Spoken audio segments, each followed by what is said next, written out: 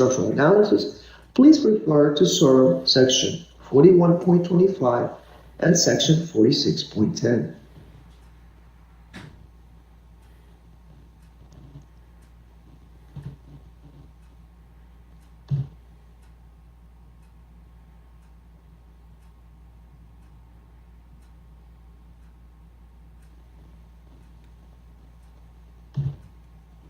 Concentrated life loads. They can be applicable to design instead of uniformly distributed loads. Now you will use whichever of the two is larger or greater. It applies to floors and other surfaces, and it can be located anywhere on the floor. So you need to decide for the worst possible location. Concentrated life loads could have a greater impact on a structure when compared to a uniformly distributed load. Now, when we consider concentrated life loads or uniformly distributed loads, the design should be for whichever of the two causes the greatest action. Assume the concentrated load is uniformly distributed over an area of 2.5 feet, which is approximately 762 millimeters by 2.5 feet. So assume the concentrated load is uniformly distributed over a square that's 2.5 by 2.5 feet, which is approximately 762 by 762 millimeters, unless you're being told to use it otherwise. The worst possible location for bending is in the middle of the span.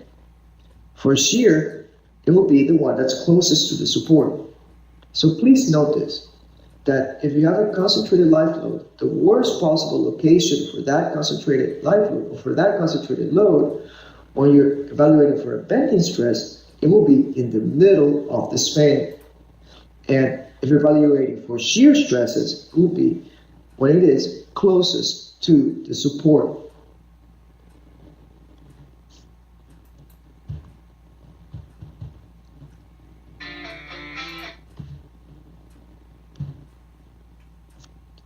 So now we're going to cover our concept on trusses.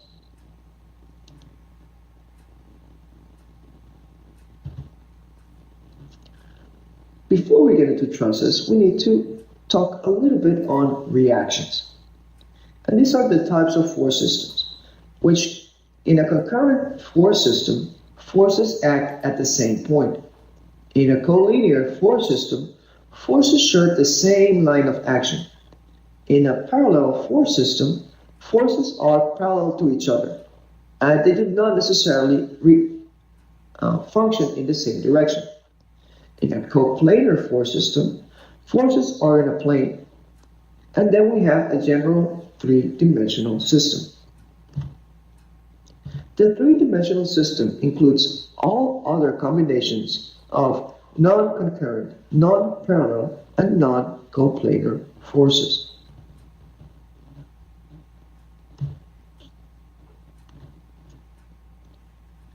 Now, for an object to be in equilibrium, the resultant force and moment vectors must both be zero.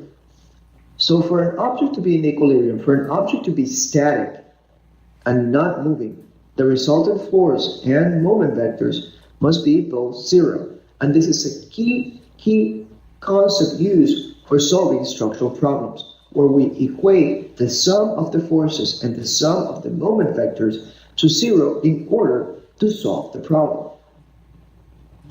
And we can see this through equations 41.35 through 41.38 of SORM. Let me zoom in so you can get a better look.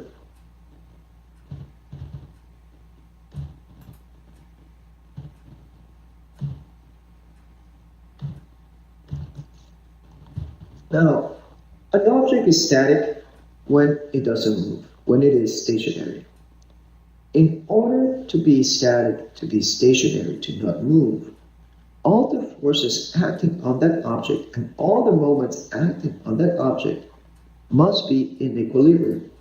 And to be in equilibrium means that if we sum all those forces, we sum all those moments, they need to equal to zero. They need to cancel each other out. Think about it this way. If you have two friends, and each one is pulling one of your arms, if one of your friends pulls stronger than the other, you'll move towards that direction.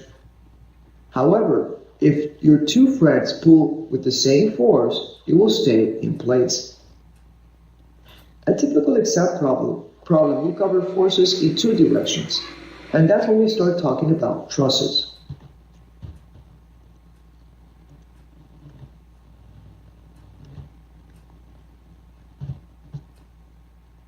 Now we're going to see equations 41.39 through equation 41.44, which are the reduced forms of the previous summatory equations.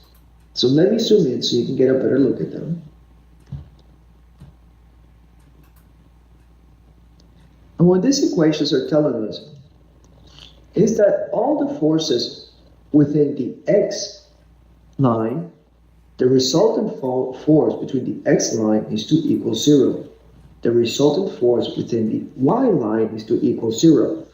The resultant force within the c line or the c axis is to equal 0. The reaction moment within the x based on the x axis needs to equal 0.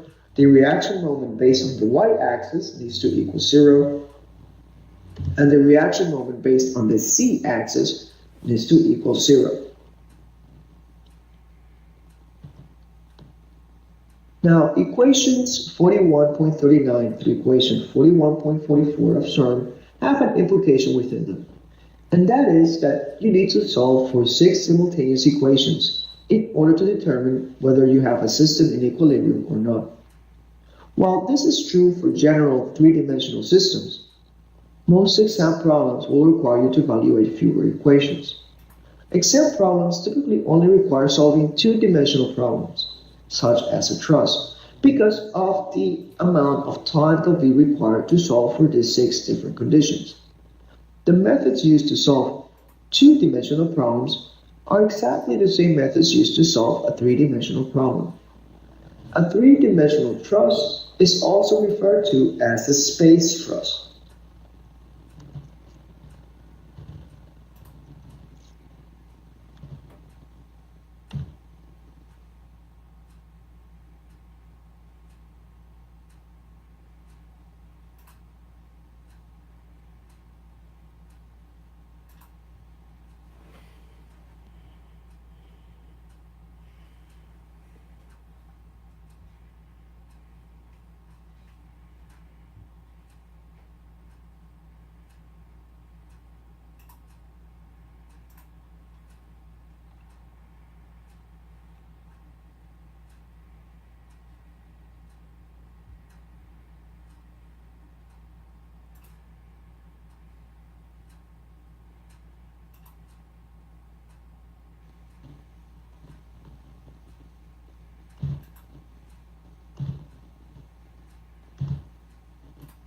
And here we have it.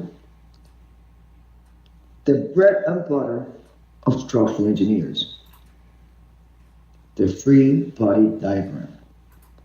Now, we may not be using the free body diagram as much as we used to on pen and paper. However, the programs that we use to perform structural analysis use behind them the concept of the free body diagram. And the free body diagram represents a body in equilibrium, where we can highlight all the different forces and moments acting on that body. And then we can see that the sum of all those forces need to be equal to 0 for that object to stay in place. It will show all the applied forces, moments, and their respective reactions. And it is useful for seeing, visualizing the reactions, the moments, and the forces in the body, and to help us calculate form. If all reactions can be determined by statics, then we can say that the structure is a determinate structure. Free body diagrams do not consider the internal structure or the construction of the body. Free body diagrams are considered to be the fundamental diagram of all structural engineering. And for this reason, it is very, very important to understand what they are, and how you get to draw them and how you interpret them for the PE breath portion of the exam, because there's such a foundational concept. Even though for the PE exam, you do not need to solve anything graphically. You do not need to draw anything to evaluate the drawing as a drawing per se for the solution. However, the free body diagram, the best way that you can refresh on it, the best way that it can be understood if you draw them and if you put them together. So for this, I will encourage you when you're practicing for static problems, for structured problems in the PE exam, is to sketch your free body diagrams if those are not provided in the problem prompt. The more you draw them, the more of this concept will hit home and the fresher it will be in your mind for when you take the breath portion of the exam. Determinate structures are structures that can be solved using the equations we just saw in the past couple of slides, which you have all these reactions of moments and forces equaling to zero. Again, a typical exam problem will only provide you with two unknowns that you may need to solve for. And for those kind of structures, such as a beam roller or a cantilever beam.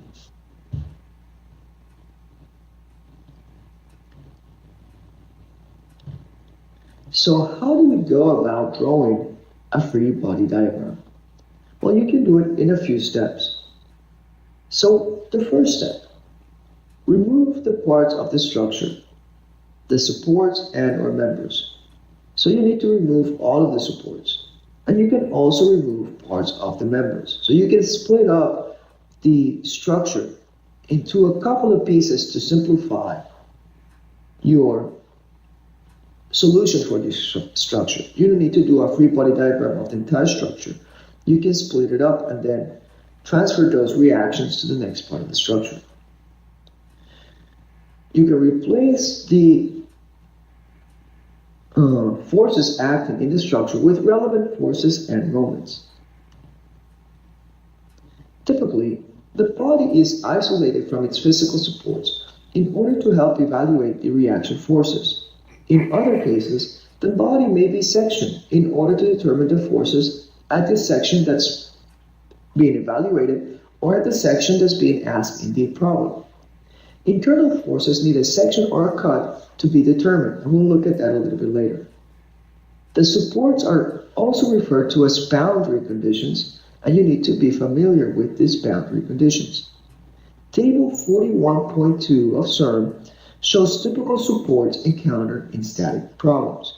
This is useful to know for the exam because it explains both the name of the reaction and the forces with which to replace their reaction.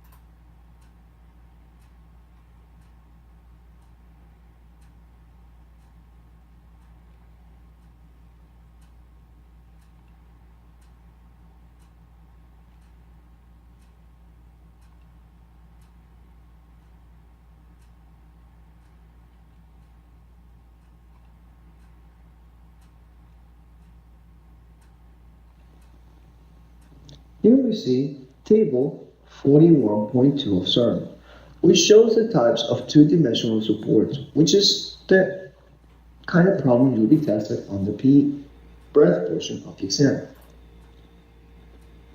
On the first column, we see a sketch That shows us the type of support.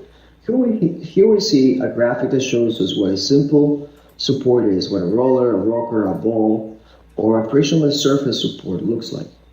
Now the reaction and moment for this type of support will be normal to the surface and you'll have no moment. And the number of nodes for this kind of boundary condition is typically 1. Then we have a cable in tension or a link support. The reaction will be in line with the cable or link, and you will have no moment, and your number of nodes will still be 1. Then you have a frictionless guide or a collar. The reaction is normal to the rail, and there is no moment. Your unknowns are still 1. Then you have your built-in fixed support, where you have 2 reaction components and 1 moment. Your nodes are 3. Why are the number of nodes important? Because you will need the same number of equations or relationships to solve for it. So if you only have 1 unknown, you only need 1 equation to solve for it. If you have 2, you need 2 equations. If you have 3 unknowns, you need 3 equations. So that's why it is important to know the number of unknowns for a specific type of support. Then last, we have a frictionless hinge, a pin connection, or a rough surface. You have a reaction in any direction, but you have no moment. For that, you will need to solve for 2 unknowns. Note that this table is valid only when you're dealing with 2-dimensional problems. Only when you're dealing with 2-dimensional problems, which is what you'll be tested on the breadth portion of the exam.